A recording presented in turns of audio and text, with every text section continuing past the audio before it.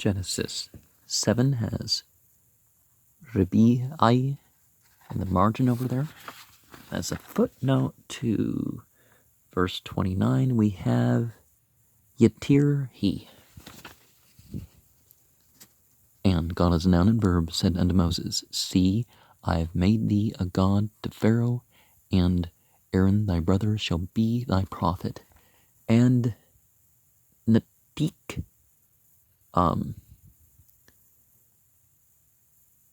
that doesn't render as being made a divinity.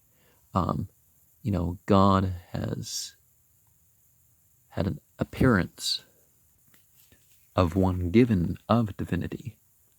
So, Moses is the representative. And Aaron thy brother shall be thy prophet.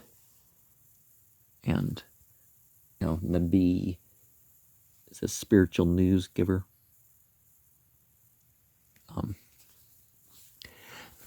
Thou shalt speak all that I command thee, and Aaron thy brother shall speak unto Pharaoh, that he send the children of Israel out of his land. And I will harden Pharaoh's heart, and multiply my signs and my wonders in the land of Egypt. But Pharaoh shall not hearken unto you, that I may lay my hand upon Egypt, and bring forth mine armies, and my people, the children of Israel, out of the land of Egypt, by my great judgments.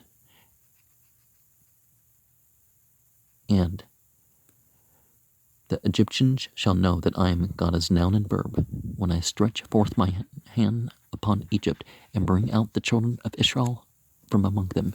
And Moses and Aaron did so, and God as noun and verb commanded them, so did they. And Moses was 80 years old, and Aaron 83 years old, when they spake unto Pharaoh. And God as noun and verb spake unto Moses and unto Aaron, saying, When Pharaoh shall speak unto you, saying, Show a miracle for you, then thou shalt say unto Aaron, Take thy rod, and cast it before Pharaoh, and it shall become a serpent. And Moses and Aaron went in unto Pharaoh, and they did so as God as noun and verb had commanded. And Aaron cast down his rod before Pharaoh and before his servants, and it became a serpent. Then Pharaoh also called the wise men and the sorcerers, now the magicians of Egypt. They also did in like manner with their enchantments. For they cast down every man his rod, and they became serpents. But Aaron's rod swallowed up their rods, and he hardened Pharaoh's heart. Well, Pharaoh would have hardened his own heart, and he hearkened not unto them, as God as noun and verb had said. And God as noun and verb said unto Moses, Pharaoh's heart is hardened, he refuseth to let the people go. And you could say Pharaoh hardened his own heart, because if God hardened his heart, it's like, well, then why is he to blame?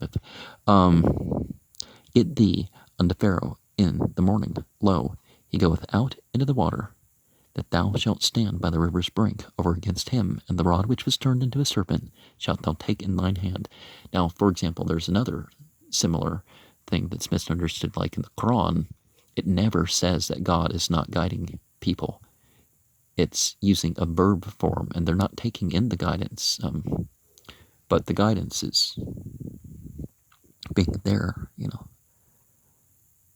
Goeth out into the water, and thou shalt stand by the river's brink over against him, and the rod which turneth the serpent shalt thou take in thy hand. So that's, because Egypt, there was the whole thing with the Nile and all that. And thou shalt say unto him, God as noun and verb, divinity of the Hebrews, have sent me unto thee. Is it Al-He?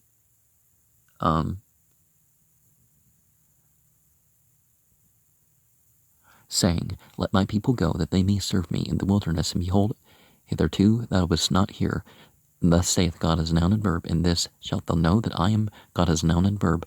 Behold, I will smite thee with the rod that is in mine hand upon the waters, which are in the river, and they shall be turned to blood. Now we'll see when we look at the Aramea if it actually does say that God hardened the heart, or whether that's just our perception from reading the English.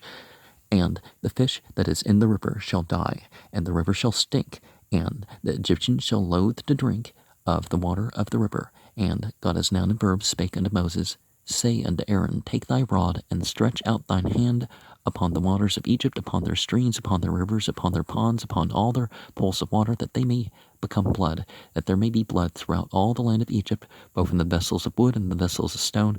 And Moses and Aaron did so, as God as a noun and verb commanded, and he lifted up the rod and smote the waters that were in the river, in the sight of Pharaoh and in the sight of his servants, and all the waters that were in the river turned to blood, and the fish that was in the river died, and the river stank, and the Egyptians could not drink of the water of the river, and there was blood throughout all the land of Egypt. And the magicians of Egypt did so with their enchantments, and Pharaoh's heart was hardened, neither did he hearken unto them, as God as noun and verb had said. And Pharaoh turned and went into his house, neither did he set his heart to do this also.